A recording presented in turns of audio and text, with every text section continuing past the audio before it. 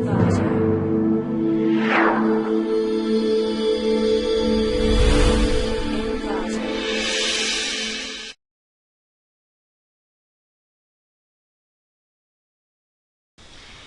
to clickmyproject.com. Our product title is low power ECG based processor for predicting ventricular arrhythmia. Now we are going to discuss about our product abstract. So our proposed the paper presents the designs a fully integrated program ECG signal processor for predicting a ventricular arrhythmia using a unique set of ECG features and a navy bias classifiers, real-time and adaptive techniques for the detection and the delineation of the PQRS waves were investigated to extract the points. Those techniques are robust to any variation in the ECG signals with a high sensitivity and precision. Two database of the heart signals recording from the MIT Visionet and American Heart Association were used to the validation set of evaluate the performance of the processor based on application specified integrated circuits ASIC simulation results. The overall classification accuracy was found that sample validation of architecture proposed implementations recently, due to the remarkable advancement of technology, the development of dedicated hardware for accurate ECG analysis and classification in real time has become possible. The main requirement are low power consumption and low energy operation in order to have longer battery lifetime along with a small area for variability.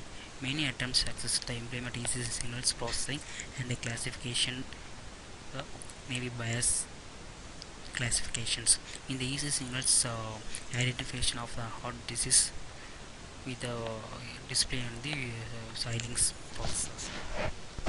Now we are going to discuss about our product flow diagram. This is our flow for the browse the given input for the ECG signals.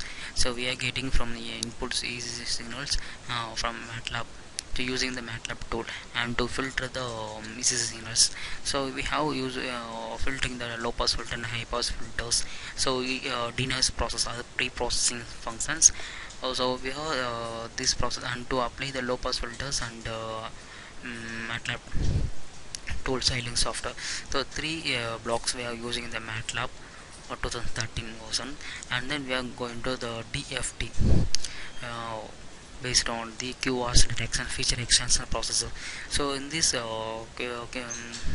feature extension process we are using the DFT discrete Fourier transformer using the extract the values, and then we are using the Gaussian kernel unit to approximate the multiplexers. So this process we have developed the styling software. The classification process we have done on the cardiac based the architectures.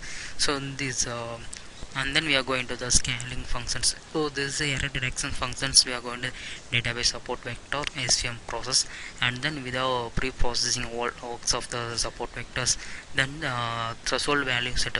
So we are getting the heart rate value one set a time that defined like for example 80 to 120 is a normal, and then we have to increase the value heartbeat in the abnormal.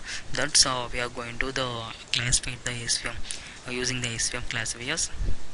So what is the type of the disease in the abnormal tachycardia, bradycardia? See in this paper we have the arrhythmia only is defined. So now I'm going to discuss give the output for the abnormal disease for the arrhythmia, tachycardia, bradycardia. So like more than disease for that output, and then final matching the result for the overlap the database samples and then get the final live threading results. So in this all the process we are going to the development the stylings and then match the values on the what type of the disease it displayed in the stylings software. Now we are going to discuss about our product running procedure. This is the MATLAB tool for 2013. Here only run the how do we get the input signals from here only. So develop the main function for codings. This is the main function .m file coding. This coding is describe that how well we'll get input signals, read the signals. So only we are using in the MATLAB. So I'm going to running the procedure, running the coding. The data set is also is given. So whatever data we are giving that, so I'm going to select the one MATLAB file data set. So I'm selected. The output displays the input ECG signals with a noise, and then ECG signals without noise. So this is the input signal, input ECG signals with a noise, and then this is the ECG signals without noise. So this coding I am described that how to get the select and signals, and then how to plots are given, and then another coding we have train features we are giving so we are giving the lot more of number of data. So is how to we direct it, how to use giving the classify the process of noise, and process we are giving that, and then automatically open the Xilinx software. So just now we are going to running the process, and then we get the output and what type of the we are using the architecture name VLSI. We are using more classifiers, how to the classify feature extraction, and how to classify the process. So we are using the ECM classifiers. So this architecture is built in the Xilinx software, and then this is open. So okay, now we are open the Xilinx software. So this is a coding, and I'm going to running the processor. This is what type of input we are giving the data signals, and what type of signals is what type of this is occurred in the signals is displayed in the Xilinx software. So now I'm going to running this process. The process simulated behavioral models completely successfully. The iSIM process automatically open. This is the iSIM. What is the graphical values given there, and then I'm going the clock and output. This is a what type of characters is displayed. So this is the clock we have given here. So first clock. So lead aging values is 0, and trailing edge value is 1, and periods is 1000 nanosecond.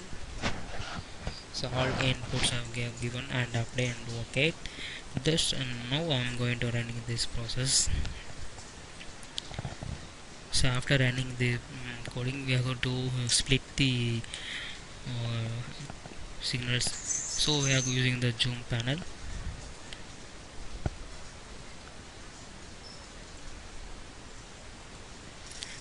The process is running. I'm going to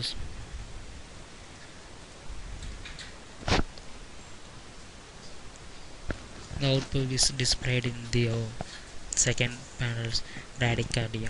So our main objectives, what type of disease, how to we feature ECG feature extraction, and how to we classify the process, and then how will what type of disease in the ECG signals in abnormal persons.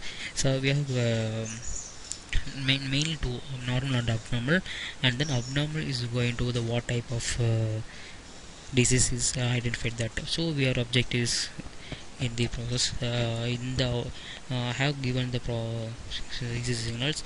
It have has bradycardia disease have it. Thank you.